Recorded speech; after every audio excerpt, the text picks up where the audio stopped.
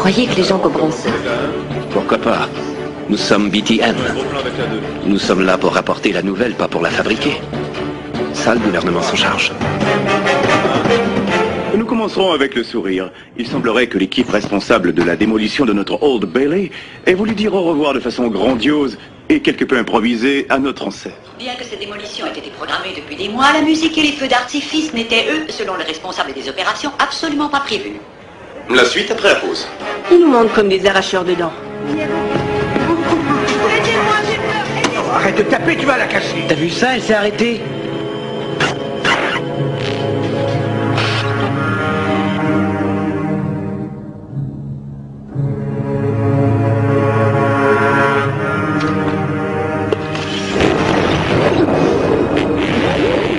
Bonsoir, peuple de Londres.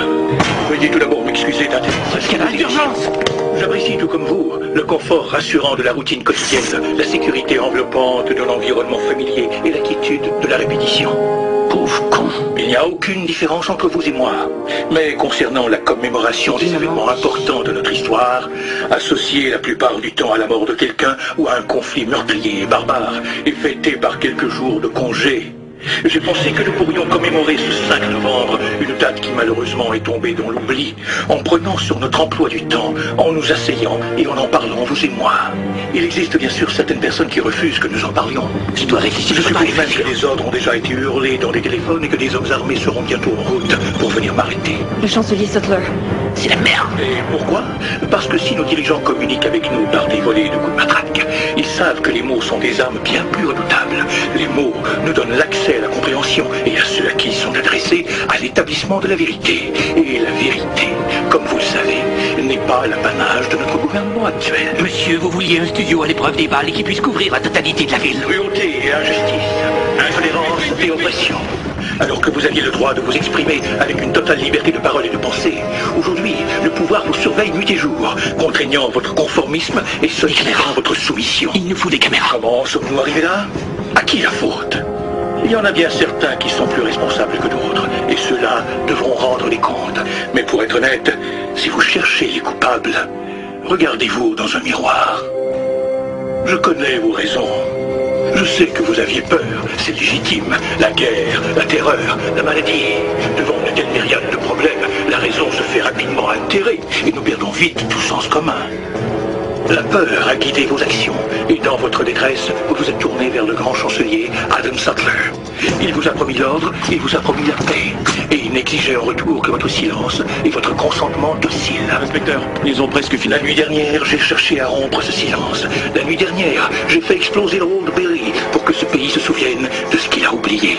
Il y a plus de 400 ans, un citoyen remarquable a voulu graver à jamais la date du 5 novembre dans nos mémoires. Son intention était de rappeler au monde que l'équité, la justice et la liberté n'étaient pas que des mots, mais les pierres angulaires d'une société. Donc, si vous ne souffrez de rien, si les crimes de ce gouvernement vous ont laissé indifférent jusqu'à ce jour, alors vous seriez en droit de refuser toute commémoration en date du 5 novembre. Mais si, par contre, vous voyez ce que je vois, si vous ressentez ce que je ressens, et si vous désirez ce que je désire, alors je vous demande de vous joindre à moi dans un an, jour pour jour, devant les portes du Parlement. Et alors, tous ensemble, nous leur ferons vivre un 5 novembre que ni le monde ni eux ne pourront oublier. Nous devons interrompre la diffusion normale de nos émissions pour vous annoncer cette terrible nouvelle. Une prise d'otage a eu lieu dans la tour Jordan et vient à peine de prendre fin. Un terroriste psychotique dont l'identité se résume à la lettre V a attaqué la régie de la chaîne BTN à grand renfort d'armes et d'explosifs. Armes dont il a fait usage afin d'obliger les techniciens de la station à diffuser un message haineux. Nous venons juste de recevoir les images du courageux assaut de nos forces policières. Bouge pas! Bouge pas! Reste où tu es où je tire! Bouge pas, je te dis! Nous n'avons encore rien de confirmé, toutefois je crois que nous pouvons, sans prendre trop de risques, vous annoncer que durant cet assaut héroïque, le terroriste a été abattu. Pourriture. Ainsi donc, qui est toujours d'après les autorités, tout danger est maintenant Le virus, le plus effrayant des virus qui existent, et ensuite imaginez que vous et vous seul possédiez le vaccin. Si votre objectif ultime est le pouvoir, vous avez entre vos mains l'arme idéale. C'est à ce moment-là de l'histoire que le loup sort du bois. C'est un homme qui n'a apparemment aucune conscience et pour qui la fin justifie toujours les moyens. Et c'est cet homme qui suggéra que leur cible ne devait pas être les pays ennemis, mais leur propre pays. 3 cibles furent déterminées afin de maximiser l'effet de leur attaque. Une école, une station de métro et un centre de traitement des eaux. Dès les premières semaines, son idée fit des centaines de morts. Que Three Waters a très certainement été contaminé. Les autorités tentent de mettre tout en œuvre afin de contrôler les cas. C'est une vague de destruction qui envahit les stations. Alimentés par les médias, la peur et la panique se répandirent rapidement, fracturant et divisant le pays lorsque finalement le véritable objectif apparut.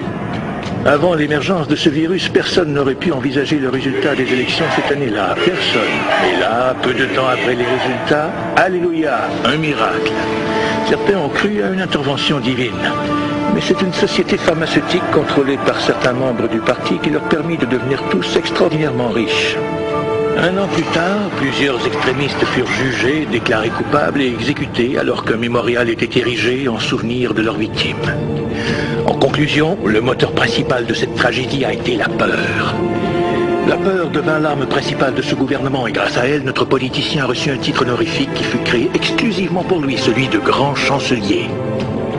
Vous connaissez sans doute la suite de l'histoire.